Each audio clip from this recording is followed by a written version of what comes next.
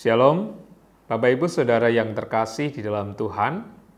Mari bersama-sama sejenak kita merenungkan firman Tuhan.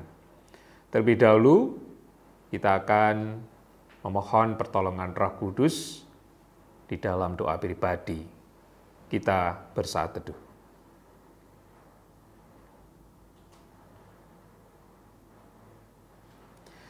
Firman Tuhan diambilkan dari Injil Yohanes pasal 15, ayatnya yang ke-18.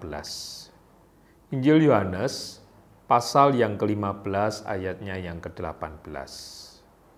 Jikalau dunia membenci kamu, ingatlah bahwa ia telah lebih dahulu membenci aku daripada kamu.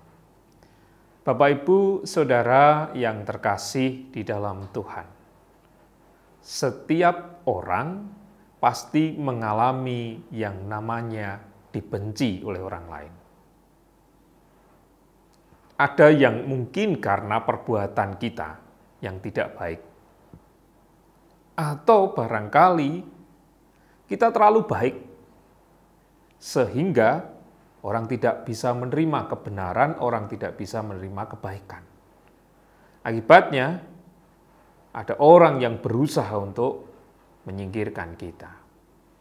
Dan tentu ketika kita harus menghadapi itu, bukan perkara mudah untuk mengolahnya, menerimanya, lalu mengembalikannya lagi kepada yang membenci dalam wujud kebaikan.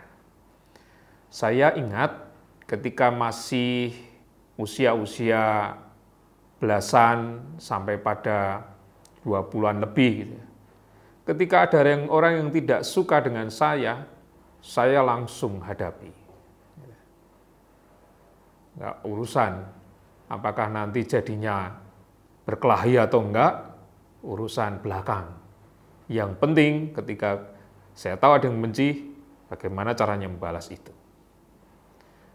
Nah, tetapi Bapak Ibu Saudara yang terkasih, ketika pelajaran hidup dialami, termasuk saya di dalamnya, dan terlebih memahami keberadaan saya sebagai umat Tuhan,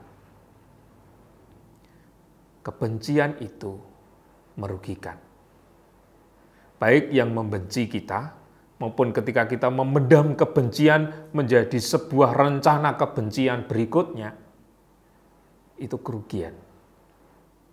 Kerugian bagi diri kita, hati kita, pikiran kita. Bagi saya sekarang bisa mengatakan itu. Makanya kalau Tuhan hari ini mengingatkan kepada kita melalui firman-Nya, bukan hanya sekedar ia mengingatkan kepada murid-muridnya waktu itu bahwa kalau kamu nanti dibenci, jangan takut, saya sudah dibenci oleh mereka. Tidak hanya itu. Tidak hanya kalau bahasa Jawanya ngeyem-ngeyem atine para murid. Tidak hanya memberi rasa tentram para murid dan meringankan beban. Tapi Tuhan Yesus mengingatkan bahwa kebencian itu akan ada. Dan ketika kebenaran itu dinyatakan, pasti tidak semua orang bisa menerima dengan baik. Akan membalasnya dengan kebencian. Akan ada orang yang tidak menyukai. Nah, itulah kenapa Tuhan Yesus mengatakan hal ini, supaya murid-murid tahu bahwa persoalan membenci orang lain itu akan selalu ada dalam hidup dan kehidupan.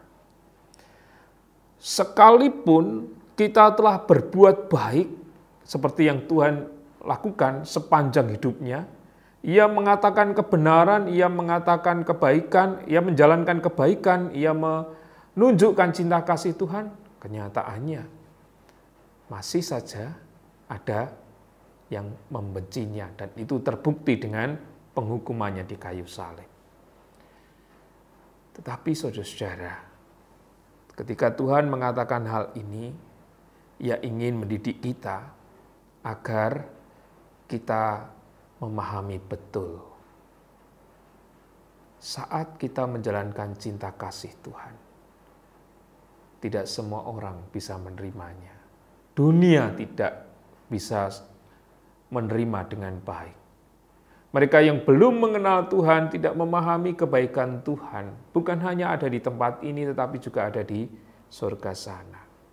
Oleh karena itu, ketika kita telah hidup di dalam kehendak Tuhan, hidup di dalam kasih Tuhan, mari bersama-sama berusaha bagaimana melawan kebencian dengan tetap melahirkan cinta kasih. Karena sekali lagi saya bilang, rugi kalau kita juga membalas dengan kebencian. Justru untung kita kalau kita mampu membalas kebencian dengan cinta kasih yang telah diberikan Tuhan kepada kita. Sebab hati kita akan lebih tentram. Tuhan memberkati.